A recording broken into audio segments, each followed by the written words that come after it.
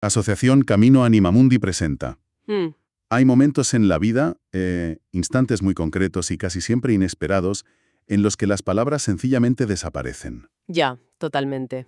Pensemos en esa sensación, no sé, al estar de pie frente a un paisaje que te deja sin aliento, al borde de un abismo inmenso, o, bueno, yéndonos al extremo opuesto de la experiencia humana, ante un dolor tan insondable y tan crudo que cualquier intento de consuelo verbal suena a lata. Suena hueco, claro. Exacto, suena hueco.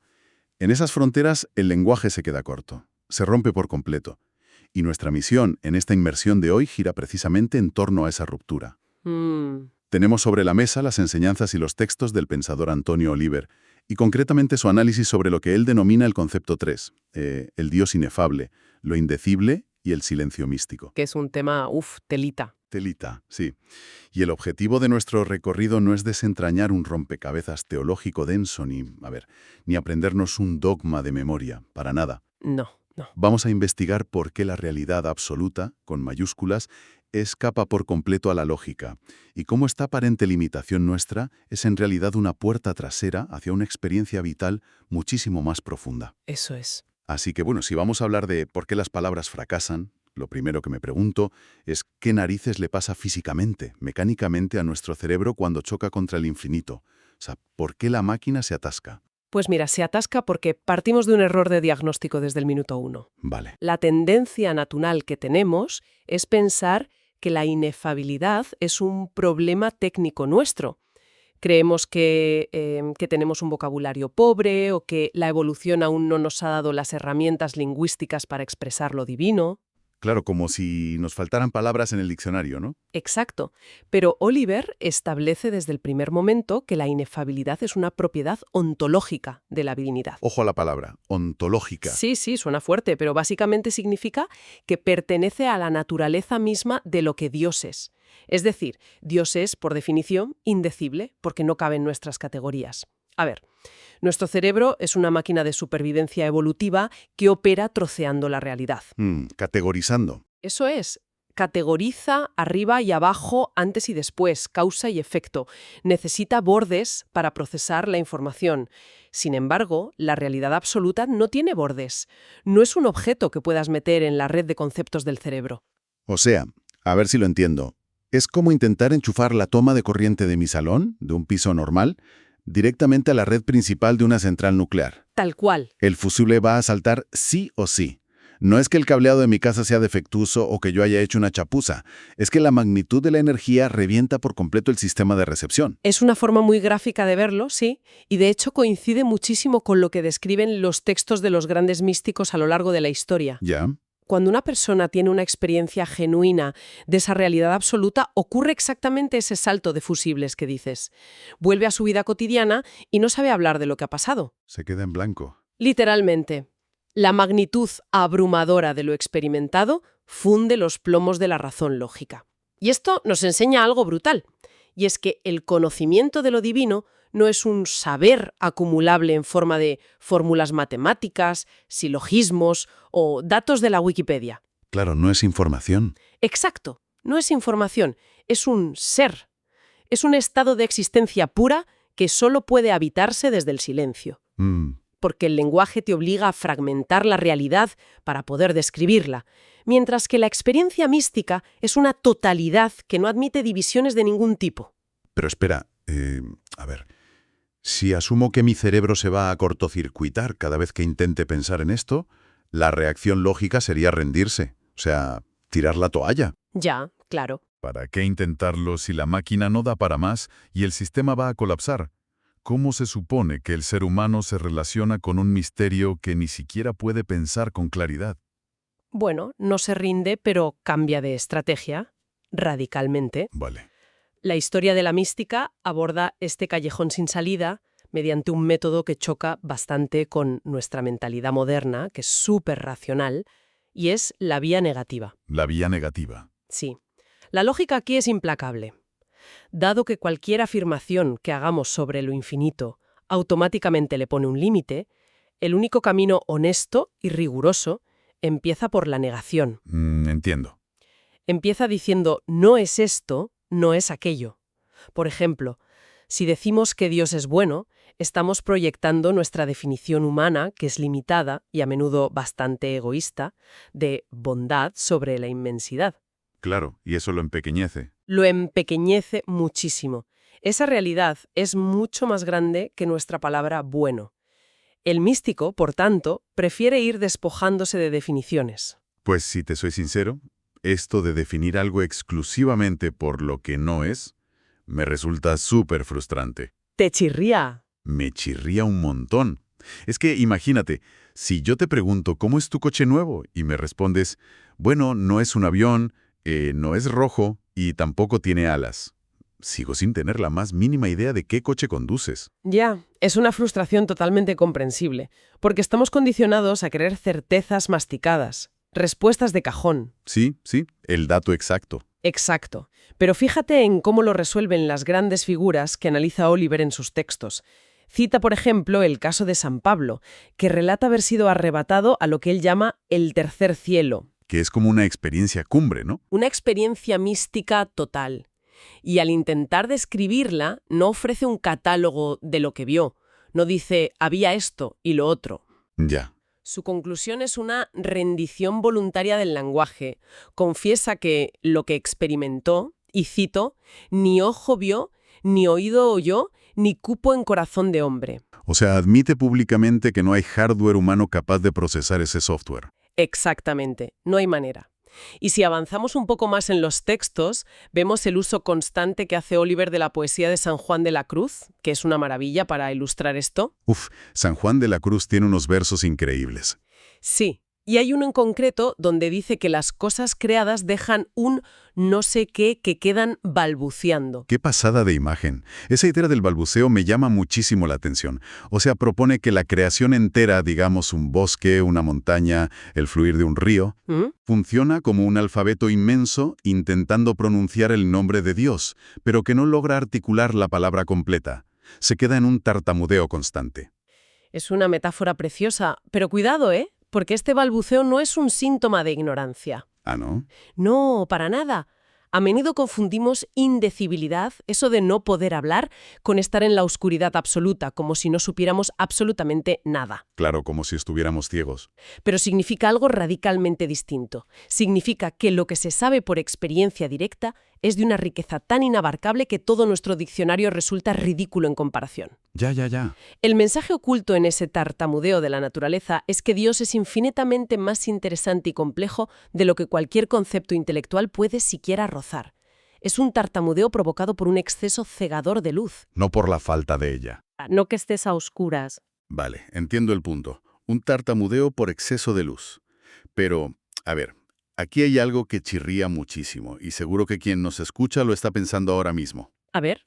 Si los grandes místicos apenas se atreven a balbucear, y si la regla ontológica de todo esto es el silencio ante la inmensidad, seguro que todos tenemos en mente a esa persona o a esas instituciones que usan la palabra Dios o espiritualidad para justificar absolutamente todo, y con una certeza que francamente asusta. Ya, la gente que lo tiene clarísimo. Claro, entonces, si la realidad absoluta exige silencio, ¿por qué hay tantísimo ruido?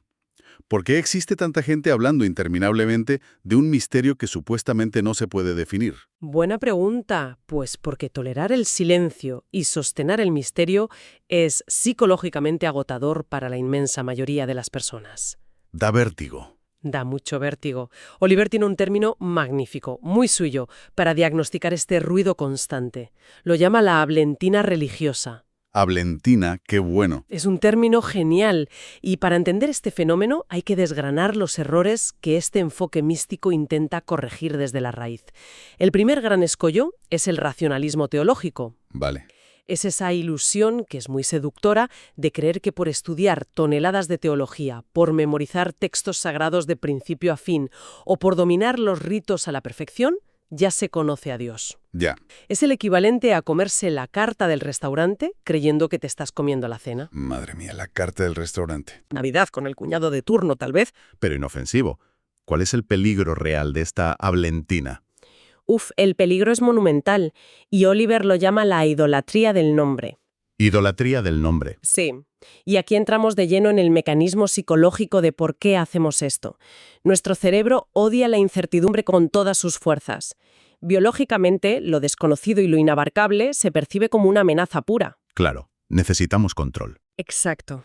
Así que, para calmar esa ansiedad existencial, empaquetamos el misterio en un nombre de 4 letras, le asignamos reglas estrictas, le ponemos forma y, básicamente, lo domesticamos. Lo metemos en una cajita. En una cajita muy mona. Al creer que poseemos el nombre correcto y la definición exacta, convertimos a Dios en un objeto manejable, en un ídolo fabricado puramente con palabras. Ostras. Y una vez que tienes un ídolo de palabras, que es tuyo, puedes usarlo para tener razón, para ganar debates teológicos o, lo que es peor, para controlar a otros. Totalmente. Paradójicamente, el intento desesperado de explicar a Dios termina ocultándolo por completo. Se acaba adorando la propia construcción mental, el propio mecanismo de defensa que nos hemos inventado, y no a la realidad inabarcable. Ese mecanismo de defensa lo explica todo, la verdad. O sea, la razón se queda en la superficie, aferrada a las etiquetas, construyendo ídolos conceptuales para no sentir ese vértigo del que hablábamos. Así es. Pero claro, si las palabras actúan como un muro engañoso que nos separa de la verdad, la pregunta es obligada. ¿Cómo logra el ser humano atravesar esa pared? ¿Qué herramienta tenemos, si es que tenemos alguna, para llegar al núcleo puro de la experiencia? Bueno, para cruzar ese muro, Oliver recurre a una base filosófica muy sólida, que integra a 3 conceptos que debemos entender bien para no perdernos. A ver. Son teofanía, fenómeno y noumeno. Vale, vamos despacio. Sí, despacio. La creación observable, lo que vemos, es una teofanía, es decir, la cara visible de una realidad invisible. Ahora bien, la razón humana, nuestra inteligencia lógica y analítica, está calibrada únicamente para captar el fenómeno. El fenómeno. Sí, el fenómeno es la apariencia de las cosas, su medida, su peso, su color. Oliver lo llama la cáscara. La cáscara. ¿Vale? La mente analiza maravillosamente bien la cáscara. Hace ciencia con la cáscara, pero la mística busca atravesar eso para llegar al noumeno, que es la esencia pura de las cosas en sí mismas, el cogollo silencioso e inefable de la realidad. Vale, frena un momento, porque fenómeno y noumeno suena a clase dura de filosofía de segundo de bachillerato a las 8 de la mañana. Ya sé que suena muy abstracto. Vamos a aterrizarlo un poco. Si la cáscara, el fenómeno, es lo que yo puedo medir y pesar en un laboratorio, el noumeno sería como intentar explicar a qué sabe la sal sin poder usar la palabra salado o sin hablar de cloruro sódico. Es un ejemplo buenísimo. Se añade exclusivamente para masticar cáscaras. ¿Cómo demonios llego a ese cogollo? Tiene que existir otro engranaje dentro de nosotros. Exactamente, tiene que existir otro vehículo. Si la inteligencia lógica fracasa ante el noúmeno, la enseñanza mística señala una vía alternativa que sí está calibrada para soportar esa profundidad. ¿Y cuál es? El amor. El amor. Sí, pero ojo, no estamos hablando del amor como un sentimiento romántico de película de Hollywood o una alteración emocional pasajera, unas mariposas en el estómago. Ya, no es la canción de la radio. Para nada. Se presenta aquí como el único vehículo cognitivo y existencial capaz de tocar lo inefable. ¿Vehículo cognitivo? Sí, como una forma de conocimiento profunda. ¿Por qué el amor logra lo que la brillantez intelectual no puede? Pues porque el amor no necesita, no busca y desde luego no exige explicaciones lógicas para operar. Claro. No hace falta entenderlo para sentirlo. Eso es. Funciona en una frecuencia de onda totalmente distinta a la de la razón. Mientras que la razón divide, clasifica y trocea para intentar comprender, El amor une. el amor une, integra y se funde para experimentar. El amor accede al noúmeno directamente porque no intenta encerrar la realidad en una caja con etiquetas. Simplemente participa de ella. Se hace uno con ella. A ver, toda esta arquitectura de ontologías, de noúmenos, de fenómenos y del amor como vehículo de transporte hacia el absoluto es fascinante, pero corre el riesgo de sonar muy etéreo. Como algo reservado para ermitaños meditando en lo alto de una montaña en el Tíbet, muy lejos del mundo. Y creo que es vital traerlo a la tierra. Sí, totalmente de acuerdo. Un martes por la tarde, en medio de un atasco monumental en la M30, o lidiando con problemas serios en la oficina. Todo este andamiaje filosófico, ¿para qué sirve? O sea, ¿cómo se vive la inefabilidad en el día a día? Pues esa es la prueba del algodón. Oliver lo tiene clarísimo. Cualquier conocimiento, por muy elevado que sea, que no transforme tu forma de estar en el mundo, no sirve para absolutamente nada. Es ruido. Vale. La implicación existencial directa de asimilar todo esto es que te conduce, casi sin darte cuenta, a una profunda humildad del saber. Humildad del saber. Sí, si realmente asimilas en tu interior que la realidad es inefable, toda tu soberbia intelectual se desploma, cae por su propio peso. Claro, porque te das cuenta de tus límites. Exacto. Es el reconocimiento íntimo de que todo nuestro conocimiento, por muchos másteres o doctorados que acumulemos, flota, como una pequeña balsa de madera en un océano infinito de ignorancia. Uf, qué imagen. Y descubrir esto, lejos de ser deprimente, es profundamente liberador. Te lleva a una fe desnuda, sin adornos, sin parafernalias, donde experimentar la vida importa muchísimo más que definirla obsesivamente. Te invita a entrar en lo que los textos místicos llaman la bodega interior. La bodega interior. Que es ese espacio de silencio íntimo y profundo en medio de todo el ruido ensordecedor diario. Fíjate que al hilo de la bodega, hay un ejemplo en los textos de Oliver que me parece rotundo para ilustrar esto de la experiencia frente a la definición. ¿El del vino? Sí, la metáfora del vino. Él advierte de forma muy llana, muy de andar por casa, que nadie se emborrachó jamás con la definición del vino. Tú puedes estudiar enología 5 años. Puedes aprenderte de memoria la composición química de cada tipo de suelo, leerte 100 manuales sobre la fermentación de la uva, pero hasta que no te bebes la copa, no conoces realmente el vino. No hay experiencia. No hay experiencia y no hay transformación. Y traducido a ese martes por la tarde en el atasco, significa que siempre será infinitamente superior vivir un solo acto de amor genuino o de compasión real con la persona de al lado, por diminuto que sea ese acto, que leer 100 tratados académicos sobre lo que es el amor. El amor se bebe, no se define en una pizarra. El amor se bebe, me encanta. Y cuando empiezas a vivir desde ahí, desde beberte la experiencia en lugar de conceptualizarla, desarrollas lo que podríamos llamar un respeto al misterio. Respeto al misterio. Sí. Vivimos en una sociedad completamente neurotizada por tener una opinión rápida, firme y tajante para absolutamente todo. Tienes que posicionarte en 5 segundos. Ya te digo, las redes sociales son eso. Totalmente. Pues la mística nos propone renunciar a esa adicción a la opinión. Nos enseña a evitar el silencio como la forma más elevada de respeto, especialmente ante situaciones límite. Claro. Imagínate ante el sufrimiento crudo de un amigo o ante un destello de belleza inexplicable en la naturaleza. Intentar dar una lección teológica o una explicación racional en ese momento es casi una profanación. Es que sobran las palabras. Sobran. El silencio empático, el simple acto de acompañar sin emitir juicios, es el único refugio que realmente está a la altura del misterio humano. Me recuerda mucho a otro símbolo precioso que aparece en estas enseñanzas para ilustrar cómo opera lo divino en la sombra, en el día a día.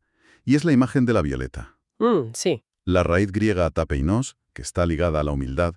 Una violeta es una flor minúscula, que crece a ras de suelo, y que, instintivamente, esconde su cabeza entre las hojas. Es facilísimo pasear por el bosque y no verla. Pasa desapercibida. Totalmente.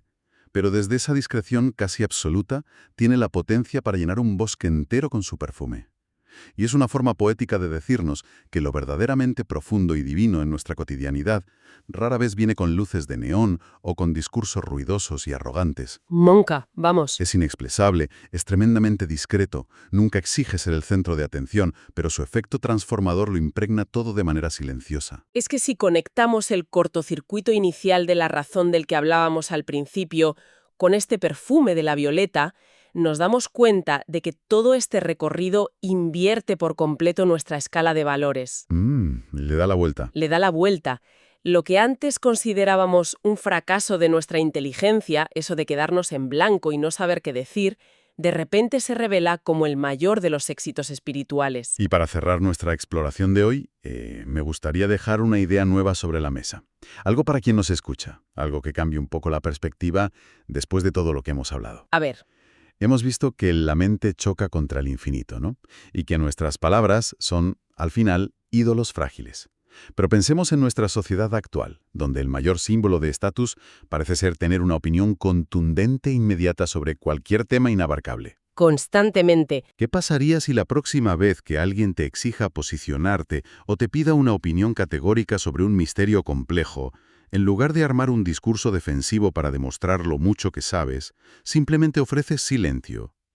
Uf, ¿sería revolucionario? Tal vez, negarse a reducir la inmensidad a un titular rápido sea la mayor y más urgente revolución espiritual que podemos hacer hoy en día. Totalmente de acuerdo. Es un recordatorio de que, a veces, el silencio no es que no tengas nada que decir, es que tienes delante una respuesta demasiado inmensa para ser pronunciada. Qué gran verdad. Ha sido un viaje verdaderamente fascinante hacia el centro de esa inmensidad.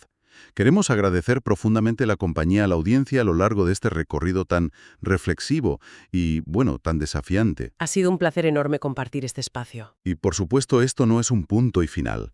Si todo esto ha removido algo, si existe la inquietud de seguir desgranando este misterio juntos, hay un espacio abierto y dispuesto para continuar el diálogo.